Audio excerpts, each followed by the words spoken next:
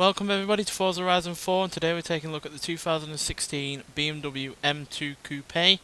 Now this began production in late 2015 and is a faster and more sporty version of the 2 Series upon which it is based on. And to set itself apart from the 2 Series, well the standard 2 Series at least, it's got a more powerful engine, it's got more aggressive looks. It's got a aluminium front and rear suspension components, which saves £11 over the standard version. And it's generally a really rather small, sporty vehicle overall, while retaining all of the practicality of the standard car. So, yeah, plenty of gadgets up front, plenty of luxury up front, plenty of space in the rear as well. And it's even got a reasonably sized boot, which is not too much to ask for on a coupe like this, which is very nice to see. But yeah, the biggest thing that sets this car apart from the standard 2 Series is the engine, which is a mightily impressive engine for a what has been dubbed the Baby M car, as it has a 3 litre turbocharged inline 6 engine producing 365 horsepower and 369 pounds-feet of torque. So quite a hefty amount of horsepower and torque there for a car that is, like I said, dubbed the Baby M car, especially since it is the cheapest M car you can buy. So a reasonable amount of horsepower and torque there, and it doesn't even weigh that all that much either at 3,450 pounds.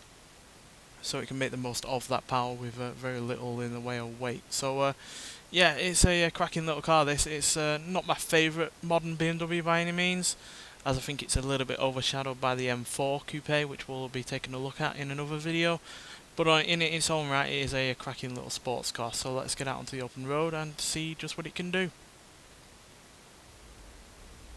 Now, even though this is the cheapest M car you can buy, in terms of modern M cars, it's still a hefty 50 grand or thereabouts, which is still a fair old amount of money, and especially considering there probably are faster ways to go than this for less, especially with some all-wheel drive hatchbacks.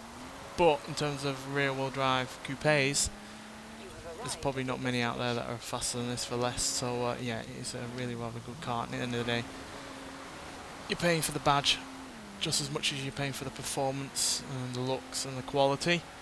And in terms of looks, it's not my favourite BMW in terms of its looks, but it does certainly look a lot far better than what BMW are pumping out at the moment with some of their cars, which with their massive grills and they're really rather ugly overall looks. Yeah, it's far better looking than them, and it's not overly styled either, so it's not, showing off or anything like that. So yeah, it's nicely restrained in that regards. But what it isn't restrained in is in terms of its acceleration. 0 to 60 in 4.214 seconds. 0 to 100 in 10 seconds, and going to a top speed of 179 miles an hour. Obviously, you have to pay to get it above 155 because it's usually limited at that amount, which is fine. There's really very little areas that you're going to be able to actually get up above 155. Even on most tracks, you're unlikely to get above that kind of speed. So top speed isn't all that bothersome, to be honest. It's more about usable performance, and that 0 to 60 time is very, very usable. And this car is a very playful car as well to drive. You can be serious with it when you need to be, so you've got good brakes, good steering, the suspension keeps the car in line, and it's not got any real body roll. But if the mood takes you, because it is only rear-wheel drive, you can slide it around as you wish. And in these winter conditions, it's even all the more easier to actually slide it around and have some fun with it. So it's got a nice balance between being a serious track car, being a fun car to drive, and being something that's usable on a daily basis. So BMW really got it nailed down with this, as far as I'm concerned. But like I said, it is a little bit overshadowed by the M4 Coupe, which does pretty much everything this does in terms of practicality and looks, but is that little bit more powerful and that little bit lighter. But like I said, get a review of that out on its own at some point in the future.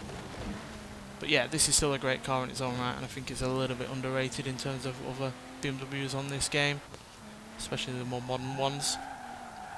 I feel like the likes of the M5 or the i8 will probably get a more looks to the car than this would, but yeah, I do like how simplistic it is. Simple front engine, rear wheel drive layout, not much in the way of weight, not too complicated in terms of what it's got going on, but damn good fun in this process. So yeah, cracking little vehicle, and I highly recommend trying it out if you haven't. I suspect there are plenty of people out there who haven't actually tried it out, due to, like I said, the likes of the M5 and the i8 being faster cars, but no more fun to drive than this. Nonetheless, thanks for watching, and I'll see you in the next one. Bye.